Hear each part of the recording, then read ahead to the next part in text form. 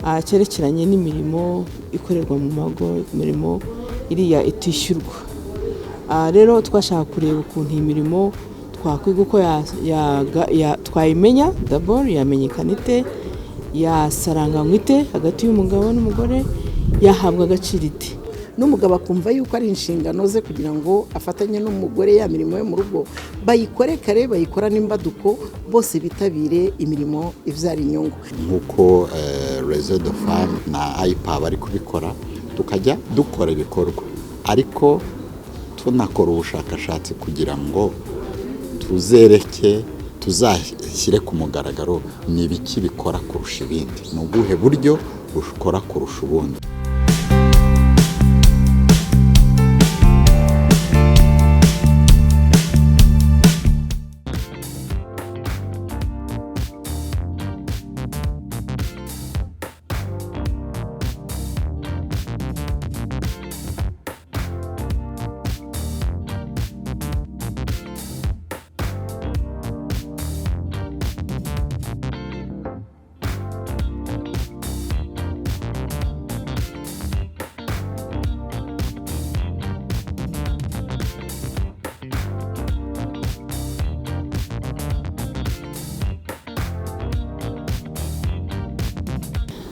Ngira nk'uko byagaragaye mu bushakashatsi, ubu ni ubushakashatsi ikigo gikora ubushakashatsi kuri politike za leta IPAR bwakoranye na Réseau de Femmes, bo bitewemo n'inkunga n'umuterankunga witwa IDRC, International Development Research Center ya Canada. Icyambere twari tugamije kugira ngo turebe uburemere bw'iki kibazo. Hari ikibazo tuzi ko igihugu cyacu kiri muri gahunda yo guteza imbere umutegarugori, yo guteza imbere uburinganire bw'umugore n'umugabo, ariko hakaba harimo ikintu kizitira cyane gishobora kuba gituruka ku muco nyarwanda, nangwa se ku bintu uko byagiye bikora, cyerekeranye n'imirimo ikorerwa mu mago, imirimo iriya itishyurwa.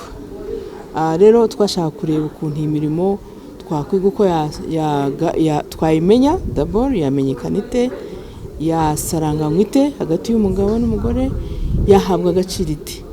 Nibyo ngibyo cyane cyane twashaka kureba. Twasanze ibintu byinshi abagore byerekeranye n'imirimo biracyakorwa n'abagore, ari ukujya imirimo yo guhinga, ari yo kuvoma, ari yo gusenya, ari yo kurera umwana, ari yo kugira ibyo bintu byinshi biracyakorwa n'abagore. Abagabo bafokasinga kuri ya mirimo izanamo amafaranga, kandi nta nubwo nabo bumva hari ikibazo. Hari n'abagore noneho rero nabo bacyumva yuko ndetse abagabo badakwiye kujya muri iyo mirimo, ntakwiye guteka, ntakwiye kumesa, ntakwiye umugabo nyine n'umugabo akaguma mu rugo. Rero imyumvire nayo mu bantu bombi, abagore n'abagabo, iracyakenewe kugira ngo bose babashe gufashanya. Kugira ngo rero iterambere rigerweho, nuko urugo rwa babiri bose bagomba kurukorera, ari wa mugore akinjira mu mirimo ivyara inyungu, ari na wa mugabo akayikora. Ariko kugira ngo umugore ayikore nuko abona umwanya, kandi kugira ngo abone umwanya nuko abasha gusaranganya imirimo yayindi idahemberwa akayikorana n'umugabo akumva yuko ari inshingano ze kugira ngo afatanye n'umugore ya mirimo yo mu rugo bayikore kare, bayikora n'imbaduko, bose bitabire imirimo ivyara inyungu. Ikindi tureba no mu burere bw'abana, abana b'abakobwa ntabwo bagenewe gukora ya mirimo idahemberwa ngo abana b'abahungu bari bakora gusa. Tubireba dushingiye ko abana tubareze kimwe, bose tukabatoza gukora imirimo yose, iyo bafatanya bakayifatanya, ivyara inyungu, n'umukobwa akayitabira ku rugero rumwe na musaza we, twazagira wa muryango usaranganya imirimo kandi ushobora no kuba ufite ubushobozi winjira no mu bukungu. Uburyo akaboko kamwe ntabwo ariko katunga urugo, bakoresheje amaboko yabo bose bakagana ku iterambere, urugo rwarushaho kugira ubushobozi.